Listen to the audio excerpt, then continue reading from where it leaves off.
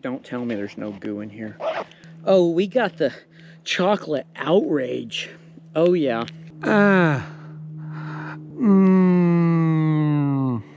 Oh, hell yeah. Oh, I'm ready to rock and roll now. That's dangerous. Ready to go. Damn.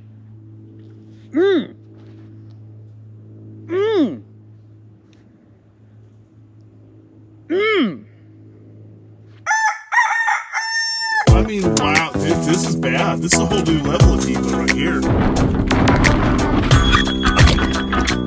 gonna need the elbow pad. Wolf Tick Nation, thank you guys for tuning into once again another Wolf Tick Videos episode. On today's episode, it is time. It's here, the brand new Ozark Trail FS.2 Slalom, and we're at Northwoods here in Hot Springs, Arkansas. We're fixing to do the initial impressions on this bike, taking down everybody's favorite trail.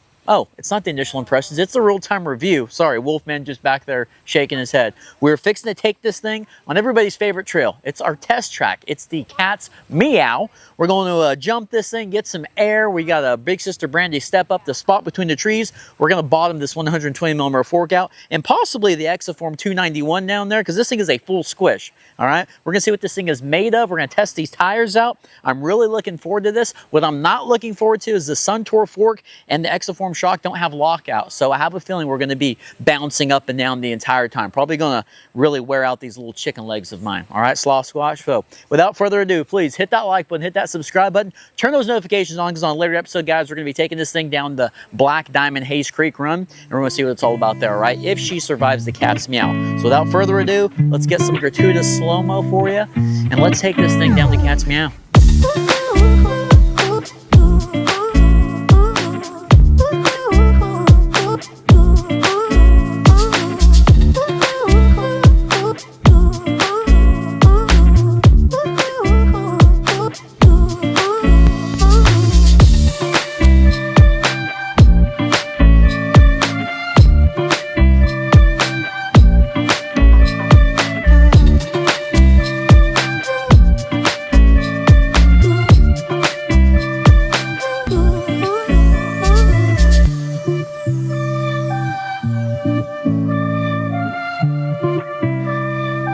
I'll see you in a little bit.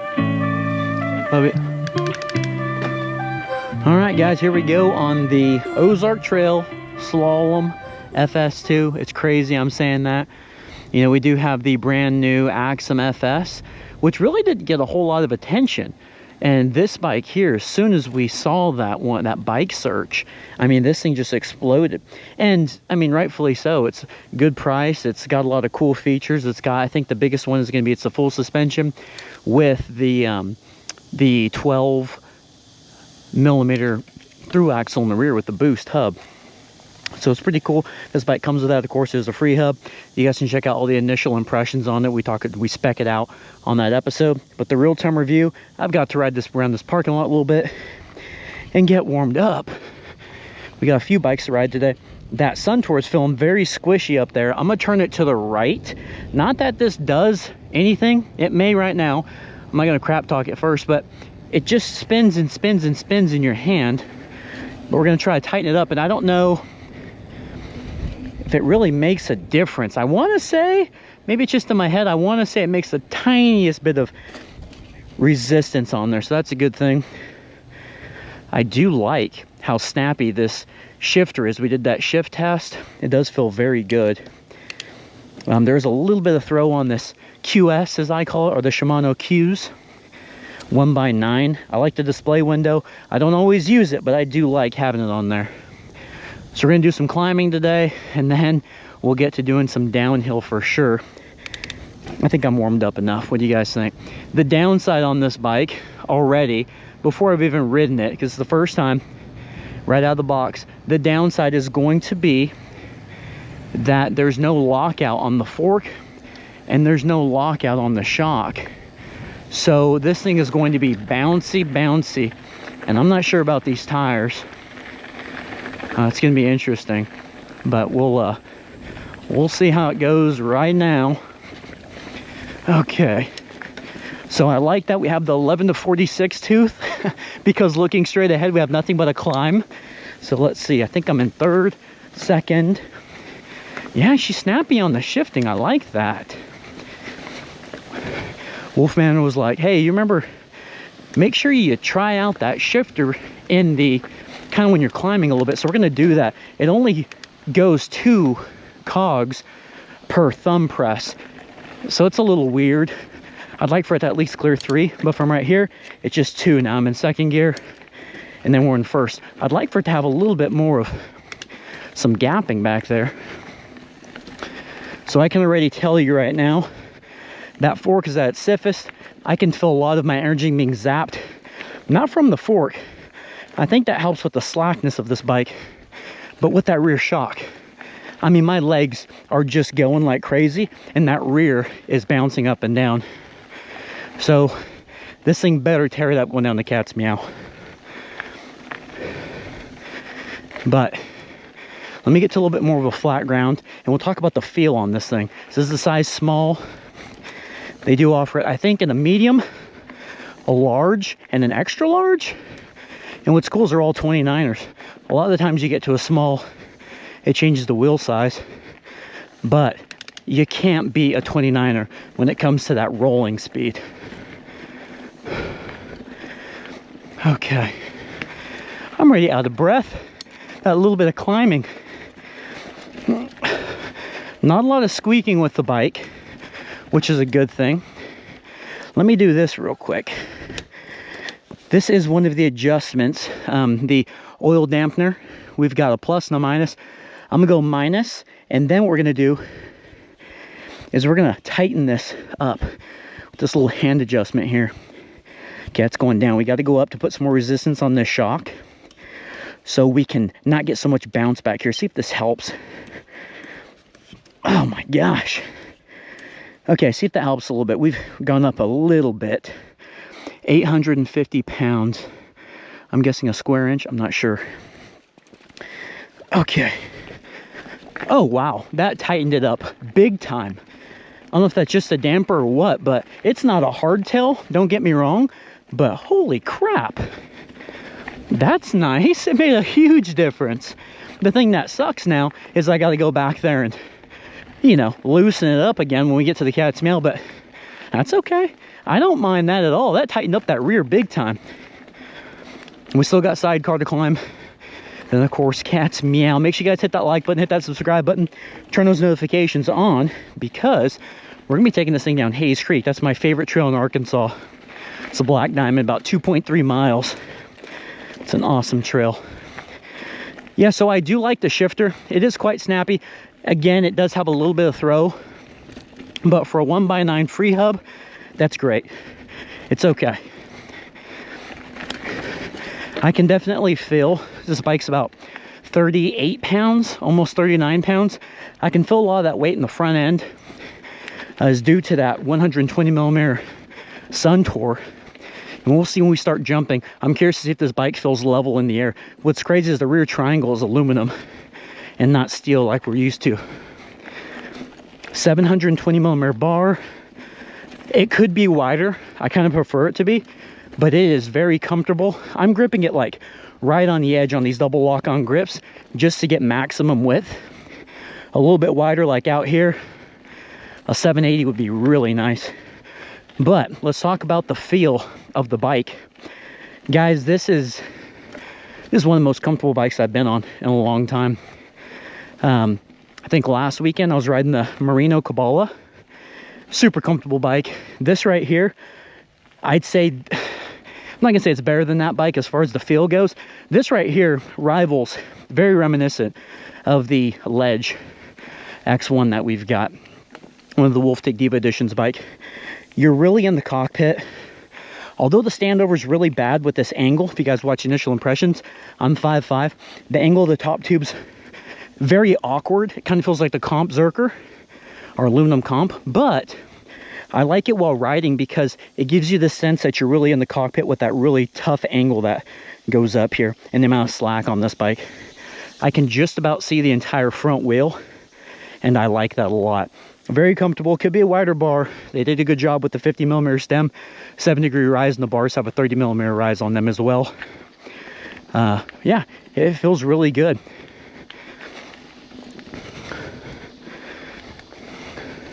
pretty quiet, which I'm surprised with the full suspension. Usually stock full suspensions are out of the box, usually make a lot of noise in the rear end. And this thing's kind of, it doesn't feel super solid. And a part of that's going to be too, I mean, not only all the cameras I have on here, but that rear shock, you know. Like I said, a lot of times they just kind of rattle around, but this one here actually feels like it's staying put and staying in place. The FS had like a weird little keeper, ended up taking off, and that was a mistake because it rattled. This one doesn't have the keeper. So we've got some more climbing to do, but so far so good. Let's put the shifter to the test and let's talk about these Kenda, what are they, 29 by 2.35s? I believe that's what it is. Don't quote me. Okay, let me raise this seat up just a little bit more.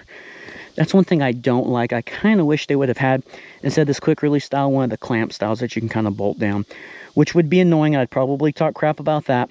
But this guy right here just does not want to stay put. He's kind of all over the place. You can feel it slipping down over time. And you never can put too much pressure on them bad boys because you never can close the clamp or open it right back up. But the saddle, I'm not wearing pad shorts today, just these riding shorts. That saddle is very comfortable. Okay. Now let's talk about this here. I'm in 4th gear. Again, thumb press twice. Under pressure, well, I think I was in 3rd gear because I'm in 1st now. Under pressure, not terrible. It does get a little clanky towards 1st gear. And I am getting some bounce now. This is a lot more of an incline, but not terrible. You know, I've turned down the damping, whatever you want to call it, and put some tension on that rear end, on that shock. And that's really helped. The group set is super smooth. I'm not shocked because the group set did a good job during the shift test, but I am a little surprised because, you know, a bike on a bike stand is a lot different than riding it. And I think a lot of people can attest to that. Have actually worked on their own bikes. But the grips are very comfortable. I said this on the initial impressions. The grips feel really good. They're double lock on. They're not thick. And I can't stand those gloves that have the pads on them. The gel. That mixed with the fat grip is just, you don't feel connected to the bike. But the feel of this, being in the cockpit like I talked about earlier, really feels like I'm connected to the bike. And that's good. You want to feel like you're riding that bike and not just sitting on it, you know. There is a difference there, but yeah, very, very comfortable. Very comfortable ride for sure. With the small, I would like to see 165mm crank arms. This isn't really the trail. We'll find out more in the Black Diamond. This really isn't the trail to worry a lot about pedal strikes. I have had them on here before on this trail sidecar climbing up to Cat's Meow. There have been some pedal strikes, but I would like a shorter crank arm because the ground clearance can be a little bit different with the size small as opposed to the medium, large, and extra large. But that's kind of a downside, I guess you could say. But I'm digging this thing for sure. She's a great climber, 29er. The rolling speed's probably ridiculous. The tires aren't the greatest. They look really cool, but I do have a tube on here because coming back, if you guys watch one of those last episodes of ours on the Clark's brake review, or the update actually, I took a new trail. It's called a Pump House, and it's new to you guys because you don't really see it that much on the channel. When I come back on Pump House, I'm kind of worried about getting a flat with these tires because that's a nasty little, got a lot of really sharp rocks on it. And I'm not sure if these tires are really willing to hold up. But I could see, like, for me to be completely comfortable on this bike, right off the bat, pedals and some tires, like, for sure.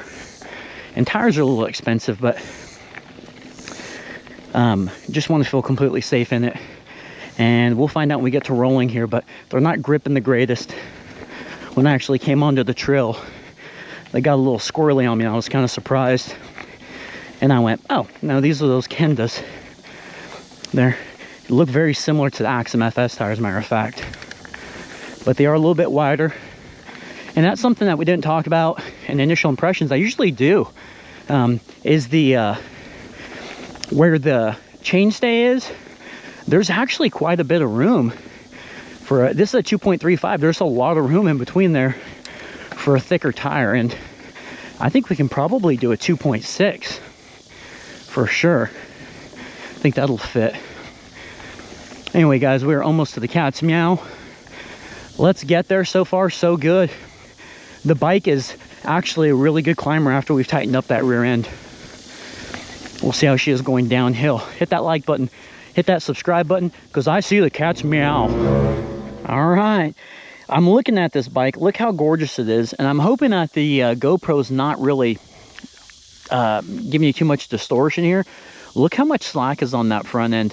I love that they gave us a 120mm travel coil fork. You know, it could have been air, but I mean, given the price, let's think about it.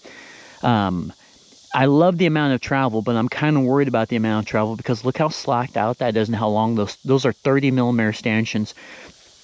And just climbing, again, these things don't really have any tension. I'm going to keep them kind of tightened up all the way with the preload knobs, but look how high up that oil is already, that oil line. We haven't even used half of that. I think it was 126. Maybe we've used right at half of the travel, and that's just pretty much climbing a little bit of flat ground. All right, we're going to come back here. We're going to loosen this up. I believe right is loose. Okay. Oh yeah. Okay, it's getting a lot easier now. We're going to loosen that up. Not enough to be chattery.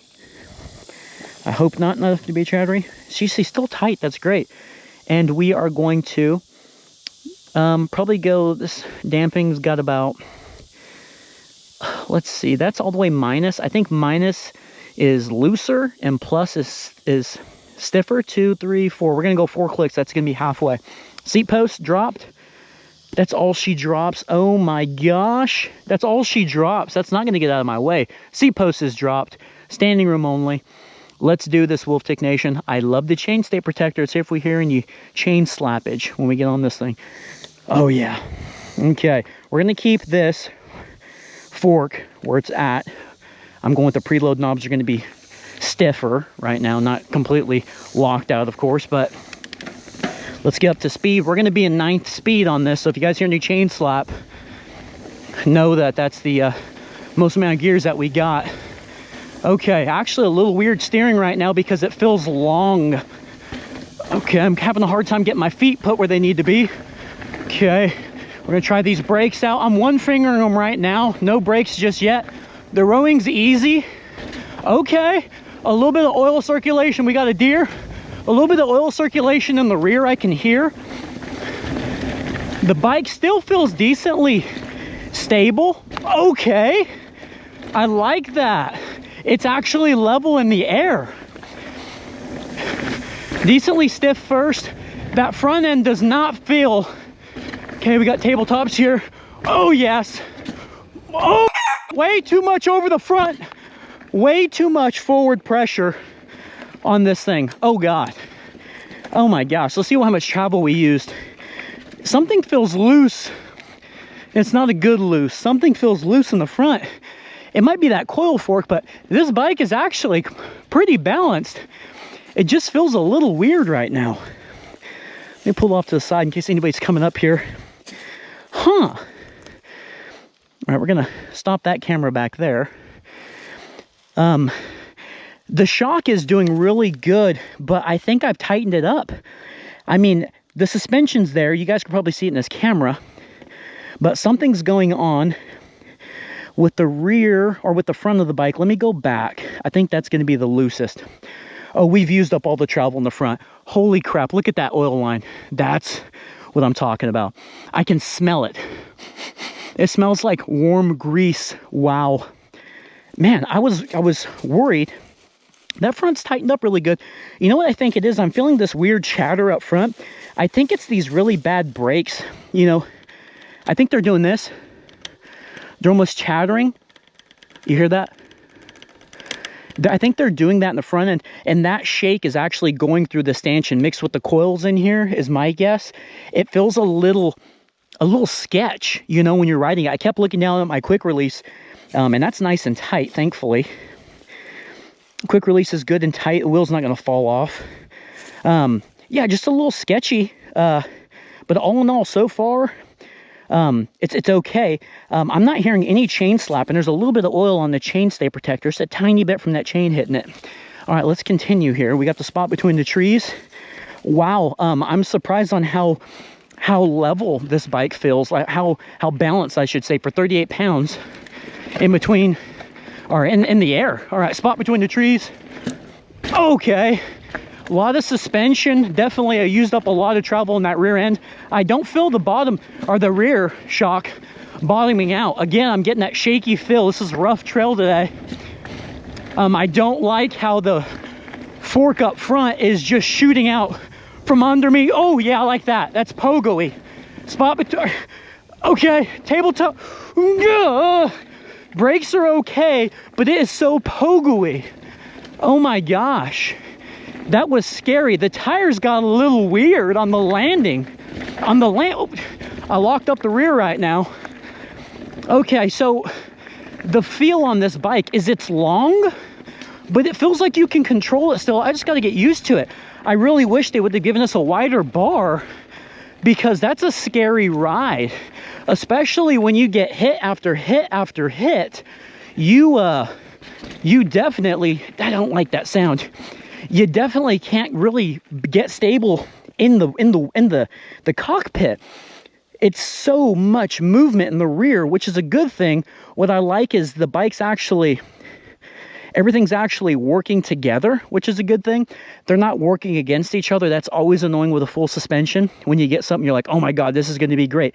And it kind of has that tendency to fight against itself. This bike's not doing that. The front and the rear are working together well. As I said, it's really level throughout, but it is so wound up right now. It just wants to pogo all over the place. I don't like that feeling, especially when you got some of these really sketch tires back here. Those things are really bad. We're going to need to get some new tires for this thing. The brakes actually locked them up. I can smell that fork. I can smell the fork. Oh my gosh. This thing is abused already. It's still tight up front. The wheel and the headset and all that stuff is tight, which I keep second guessing. But I think it's those brakes and that rattle coming up through the bars. You can feel that. Not a good feeling whatsoever. 38-pound bike. I don't know. That was a lot of fun. But this thing would do so much better with being wolf ticked and upgraded. That's what this thing needs. That was a blast. Just a little. I got rolling pretty damn quick there because it's a 29er. Let's talk about the speed real quick. Okay, we got up to a max speed of 20 miles an hour, 20.19. And it definitely felt like that. That was sketch, guys. Let's get back to the Wolfman and let's talk to him, do a little conclusion on this Slalom FS.2. Wow. That was heck of a ride. I'm gonna stand with what I said. I said that as soon as I got on this thing, it's one of the most comfortable bikes I've ever been on, and I'm going to stick to saying that. My seat's all crooked, shocker. Very comfortable freaking bike, man. It's so reminiscent, like you were talking about with the ledge. It feels a lot like the ledge. I mean, not to where we have the ledge now, but it could probably rival that bike, no problem. What I like about this is it feels like you're so much in the cockpit. I just wish that they would give us a wider bar on it, because it feels like the bars are too narrow for this thing to be a 29er with such a long wheelbase, you know, size small, but it almost felt as soon as I started going, like I really couldn't control it for a second there. I had to really get into it. It's got what, 720? 720. So it probably needs a 780? 780 at least, because the 29er end, it's as soon as you start to steer that rear end, when you go into turns, that rear end starts to drop and you almost lose control a little bit. Too playful. A little too playful. Now, the thing with that is going to also be attributed to that Exaform, the rear shock, man. That thing is so wound up. I even loosened it, and it is like become a pogo stick out there. I bottomed the Suntour out for sure multiple times. That rear, I don't think I ever bombed it out. I didn't go too much like loose on it, but it's just that mixed with the front, almost lost control of it just because how wild it felt. That mixed with the tires, that definitely adds to the sketchiness a little bit. The grips were great the whole time. I actually locked up the rear brake, which was a surprise.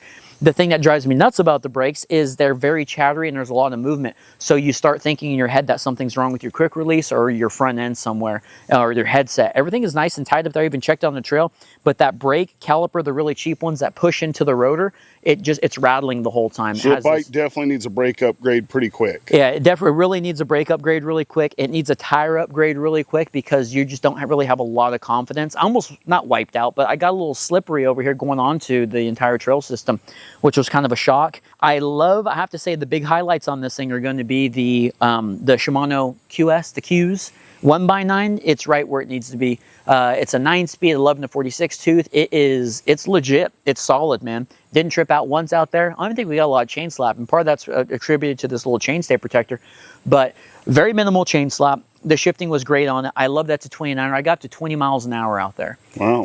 The 29er just freaking rolls. Easy to climb, easy to keep speed, easy to pump. It was heck of a ride. We just need some bigger bars, better pedals, and better tires. It's an exciting bike. I love that it fits me really good. The standover could be better, but when you're riding it, I like that approach angle here. It just looks really cool, and it makes you feel like you're with the bike and you're not, like I always say, sitting on top of it or skyscraper in it. And it's a 29er and it fits me well. Bigger bars, tires, pedals, let's get that out of the way. Some brakes would be really good because it adds that chatteriness, which I don't like. But all in all, man, I'm a fan. Question. I can't wait. When we try a dropper, should we try that a 27.2 and shim it? Oh, so we can get further. Where does it shim? Does it shim it just the collar and a little bit down? Just at the collar. Yeah, I mean, probably an inch down. Okay, so that might get us a little bit more drop. You're right, because it might fit in that tube a little bit deeper as opposed to hitting the sidewalls. Yeah, we could try that. I think we definitely need a dropper on this thing. I will say that might be something I got preoccupied with too, kind of like with the pedals, is I didn't really have that much of an issue with not being able to get into the bike, like the rear of it, because that seat was in the way. But then again, I was trying to just control this thing all the way down there, so I probably could have hit a little bit more on that. It definitely needs to be able to drop more than just that, you know. Yeah, that's bad. Yeah, but that's the Slalom FS.2 Slalom Ozark Trail, man. Very fun ride. This thing has got to get some upgrades, and it will be a very dangerous bike. But yeah, man, please hit that like button, hit that subscribe button, turn those notifications on. We're taking this thing down to Black Diamond, see if it survives. It survived out here. I think we'll be getting some flats on the Black Diamond for sure. And then once we get done with that, we'll probably be doing a little Wolf Tick upgrade process on it, or maybe ordering some parts in between. But Wolf Tick Nation, we got this bike because you guys hit that like button, man. So appreciate you guys with that. And we will see you on the next episode. Yeah.